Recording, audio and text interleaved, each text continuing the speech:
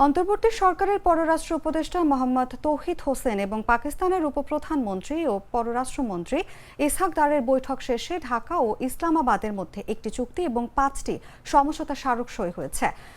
রোববার রাজধানীর একটি হোটেলের শুরুতে দুই মন্ত্রীর মধ্যে একান্ত বৈঠক হয়, পরে প্রতিনিধি পর্যায়ের বৈঠক অনুষ্ঠিত হয়। বৈঠক শেষে তৌহিদ হোসেন ও ইসহাক দারের উপস্থিতিতে চুক্তি ও সমঝোতা স্মারকগুলো স্বাক্ষরিত হয়।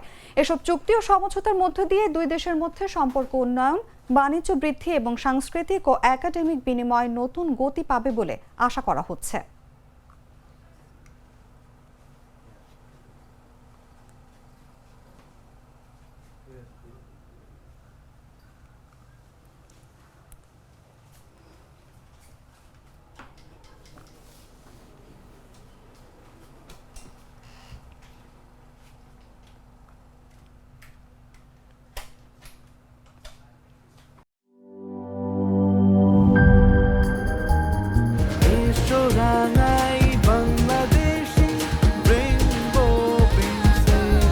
রেইনবো পেইন্টস, ছড়াও জীবনের রং।